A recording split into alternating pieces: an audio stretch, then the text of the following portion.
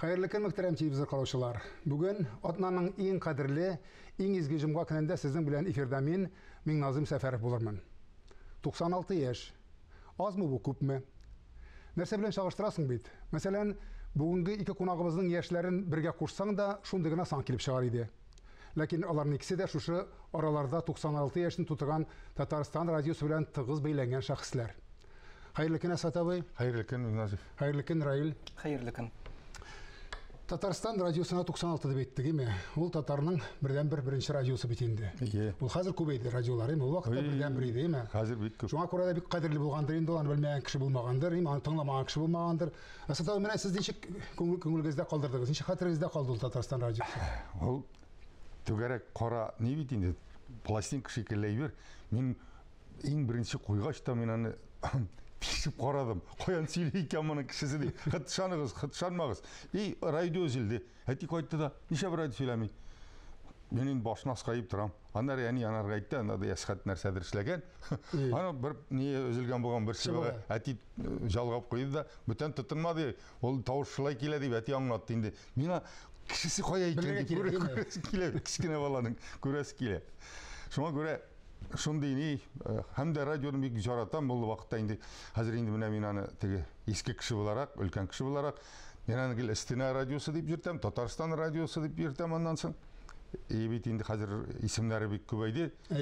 Шөкер. Тайы, шуңа күрә бу минем әйтәм инде теге бер сәйттә менә моннан тыңладым, юк мәйтәм Татарстан радиосы, әгәр дә алай нитмисез икән, бу Стена радиосы дип аңлагыз дип шулай сөйләшәм кешеләр белән. Ял көннәрендә менә радио спектакльләр була һәр вакыт. Ул вакытта тыңлыйдыгызмы?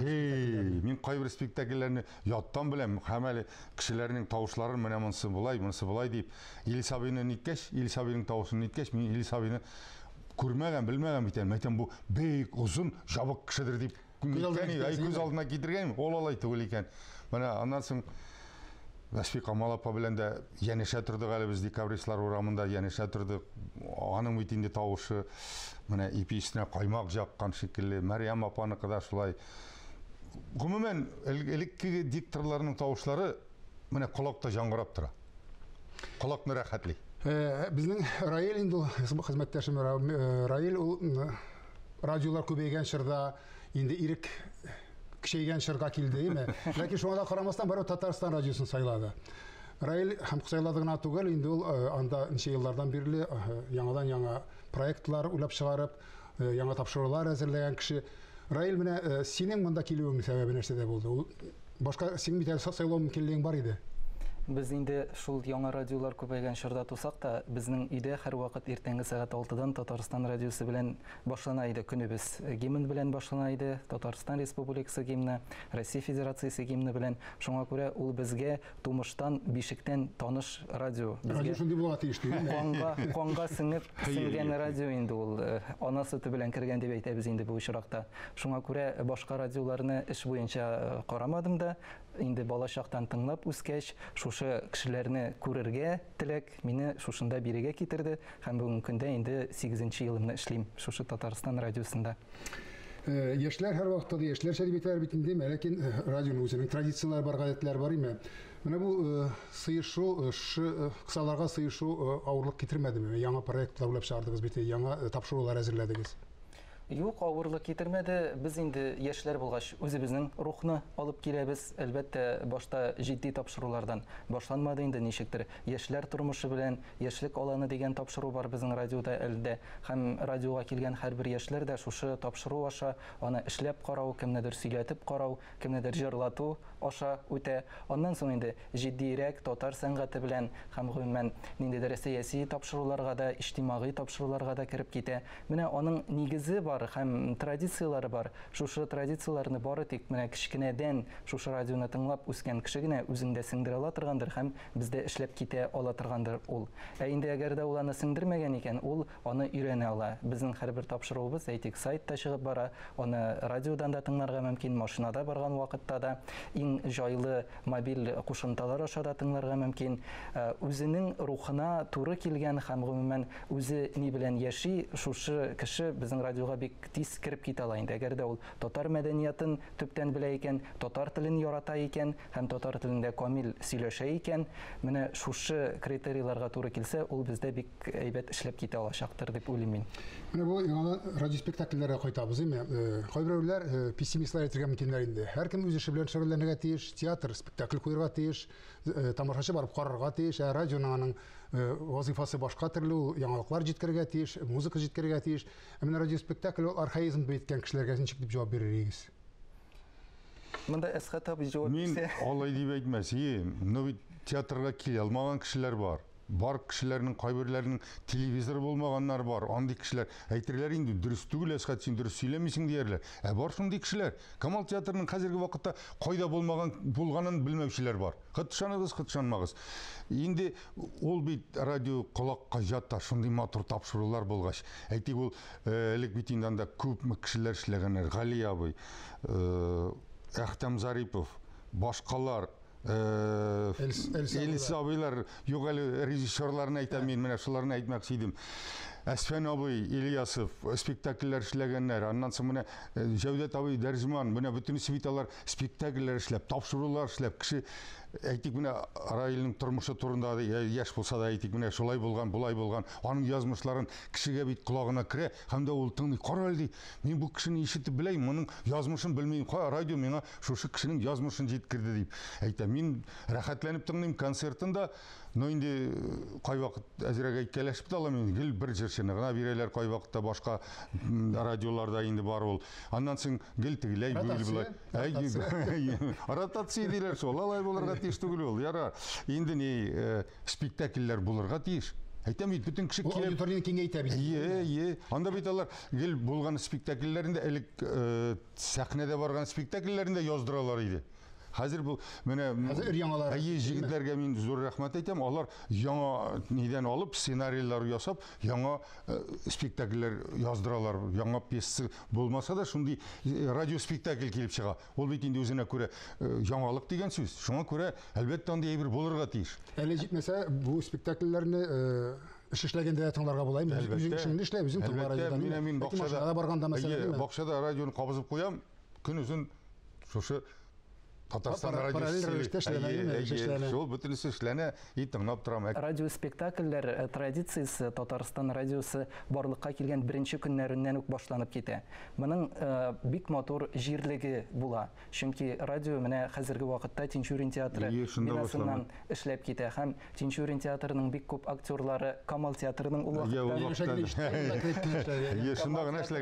актерлары шушы театр бинасына килеп турыдан-туры эфирда төрле радиоспектакльләрдә катнаша торган булалар. Алар аны турыдан-туры эфирда микрофон алдында уйныйлар.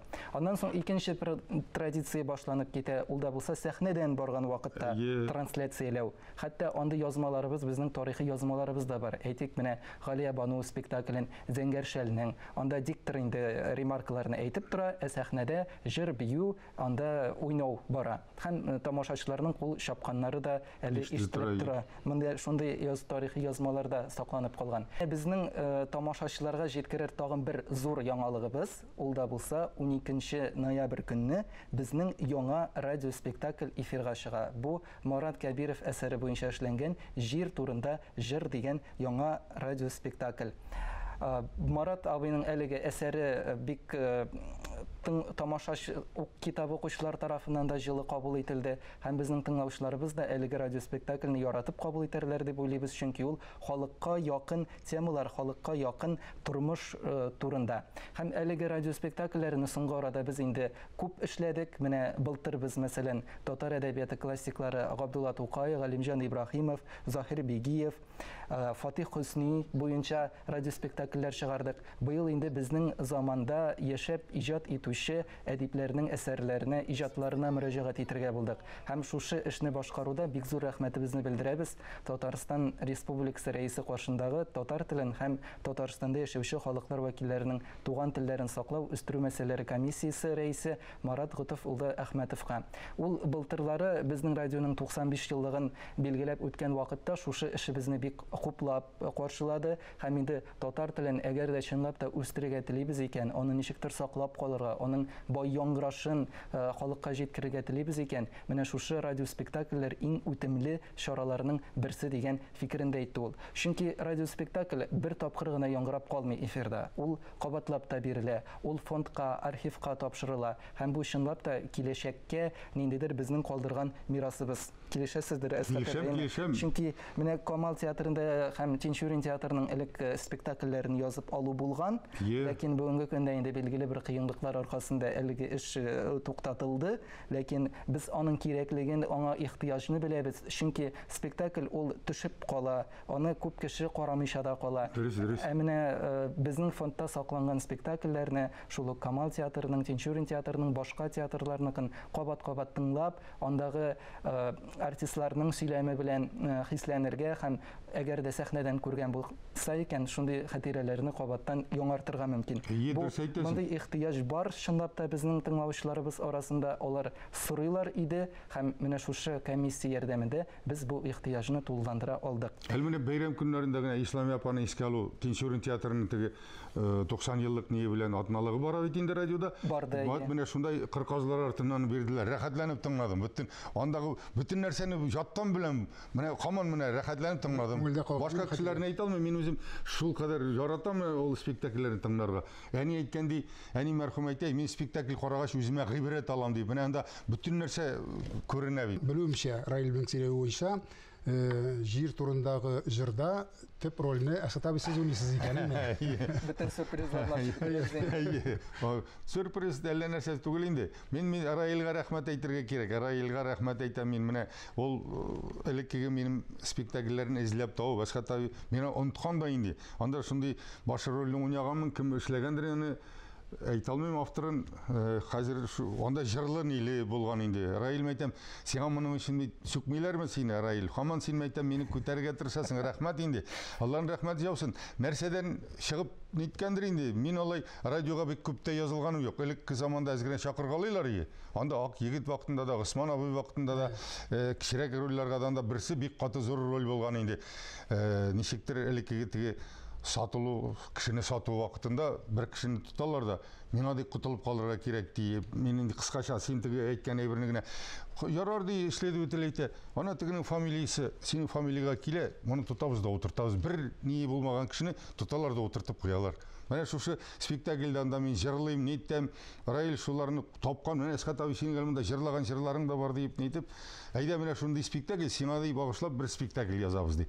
Инде ул бәлки уйлагандыр, мин теге авыл җигете, авылда үскән, авыл тормышын аңлаган, авыл өчен җанып киеп яшәгән кеше булганга бәлки шулай алгандыр, анысын әйтә алмыйм. Чөнки менә бу спектакльдә чынлап та Фатих шундый кеше бит ул. Ул менә башта без чыгып киттек, акча бирмәделәр. Палкыга эшләдек, акча юк иде. Мин үзем мәктәптә укыганда 42 бала арасында Волгоградка барамыйча калдым. 27 сум акча таба алмадылар. Менә шундый чагы. Ул җегет тә тоже китә менә чыгып та Себердә эшли, мотор итеп күтәрелә. Үзенең авылдашларының янына киләләр, улларны кабул итә, бергә эшлиләр, тегеләй итәләр, булай итәләр. Ләкин туган җиргә менә кайта алмый. Әтиәниләре булганда, тамырлар җираган, әтиәниләре булганда җылга бер генә кайтканнар. Алар үлеп киткәч, бөтенләй кайтмыйча торалар инде. Шуннан соң кайта хәзер дә менә әле мин мәйтәм килгәч Раил белән нәрсәләр сөйләшербез. Бунда Раил белән түгел, мин Назим белән сөйләшеп утырасы икән. Авылда менә хәзер санап чыктым. Безнең 2 йорт тора, бу якта да 3 йортта кеше юк. 3 йортта кеше юк. Бу якта да уже 2 йортта кеше юк. Менә авыл бөтенләй бушап калган. Бар кешеләр шулай махсус кайталар. Хәт җәйгә генә булса да йортларын тургызып, нигезләрен карап, бөтен нәрсәне нидеп Üzülмәгән кеше. Üzülеп бетмәгән. Әтиәниләре юк, йортлары, нигезләре булгач, менә шунда кайтып, мотор иттереп, җәй булса да турып китә торган кешеләр бар. Менә ул бит инде ничектер авылга тартылу. Ул инде авылына әзрәк караган булсалар, бәлки колхозларда битмәгән булса, булай калмаганда булыр иде, бәлки яшәгән булырлар, китмәгән булырлар, менә шулай булыр иде. Рәхмәт бу теманы күтәреп чыкканыгыз өчен. Әлбәттә, әйтерләр инде бу иске тема, тегесе, бунсы иске тема түгел. Әйтәм, хәзер кайта башладылар. Мәңгелек. Мәңгелек тема, җәйгә генә булса да кайтучылар бар, аннан бөтенләй кайтучылар да бар. Хәбит инде авыл белән шәһәрне аермасаң да үзенең мунчасы бар, шунда ук туалеты да ясаган, бөтен нәрсәсе, душы да бар, ни дә бар, шаккатасың. Яшәрсе мөмкинлек бар. Менә эш кирәк. Бу монда инде алдан ачыланма, алдан әйтеп куям, бу кайта да җегетләрне ничектер кайнытып, исереп җигеткән җегетләрне, әйдәгез менә шундый эш табык дип, бергә киңәшеп, теге киңәшләнгән эш таркалмый ди. Шуның шикелле менә шундый әйбер килеп чыга. Ну, жыртын да салып бетерә. Аннан соң инде хәт кешеләрне әзрәк аякка бастырып, теге дөньяга китеп тә бара инде. Ансын әйтеп бетермәскә. Әйтеп бетермәскә иде. Чынлап та менә бу Марат абыйның әлеге әсәре бер караганда утопия кебек. Чөнки шыңга ашмас, инде үзе дә җитди авырган Фатих, ул рак белән авырый.